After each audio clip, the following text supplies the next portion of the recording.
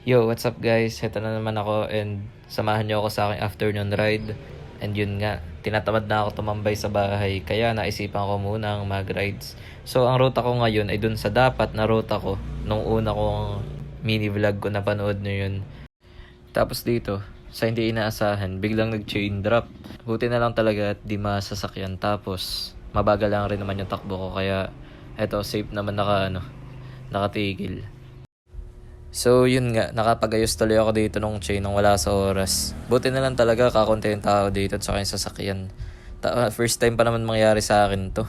Siguro gawa lang ng hindi ko linalagyan ng grasa yung chain kaya nagkaganto. Tapos dito, sa hindi inaasahan, may nakasalubong na naman ako kumpare. So ito, napakwento uli. Pero mabilis lang rin naman kasi may pupuntahan na rin siya. So yun nga, pagkatapos namin magkwentuhan, diretso rides na uli. Tapos dito habang nagra-rides ako, di syempre, naisip ko rin baka mag-chain drop uli. Kaya easy lang ako. Hanggang sa makarating dun sa tatambayan ko. Tapos ito na nga, dito sa Malubak na to. Dito malapit na yung may tatambayan ko. Pero kaso kailangan ko munang dumaan dito. And tingnan nyo naman kung gaano kalubak dito. So yun nga. Ito pa naman ay maliit lang yung kalsada. Tapos dito sa side ko, sa kanan, irrigation. So pag may makakasalubong ako dito tricycle o kaya four wheels, medyo mahirap. So yun, pero buti naman di ako nalaglag dito sa irrigation. And sanay na rin naman ako dumaan dito. Yun nga lang, talagang sobrang lubak sa manong kalsada. So yun nga, nakaraos din dun sa malubak. And eto na, paglabas ko dito sa kalsadang to, dun na sa tatambayan ko. And yun, nandito na nga tayo. Ano nga pala to? Tawag namin dito is diversion road. So isa siyang malaking kalsada na ginagawa. Pero hindi pa dito pwede dumaan yung mga sasakyan na malalaki kasi hindi pa siya nakakonekta dun sa main road.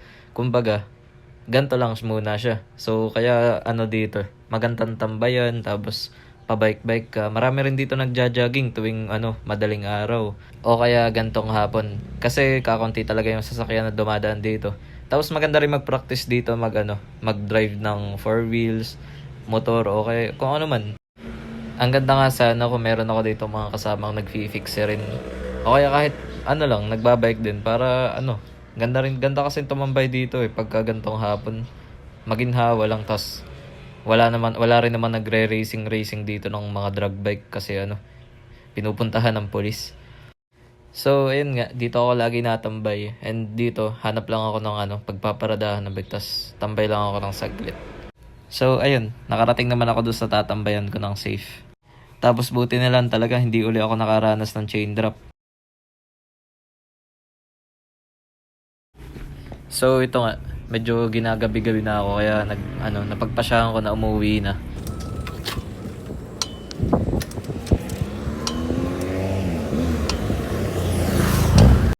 So dito, sarado pala to. Ang pwede lang dumaan ay yung papunta sa pinuntahan ko. Tapos, ayun, yung mga papalabas, dito makakadaan sa dito sa linilikuan ng mga sasakyan. Ay ang masama pa naman, maliit rin tong daan na to. Tapos yun nga, dito na daming sasakyan dito. Pero sa huli, napagpasyahan ko pa rin na dito na dumaan kasi mas malapit pag dito ako dadaan kaysa naman bumalik ako dun sa sa pinaggalingan ko. So yun, wala akong nagawa dito kundi bumuntot dun sa mga sasakyan. So dito, matapos ang paghihirap, nakalabas din ako dun sa kantuhan. And yun, mas marami lalong sasakyan dito kasi kabayanan na to.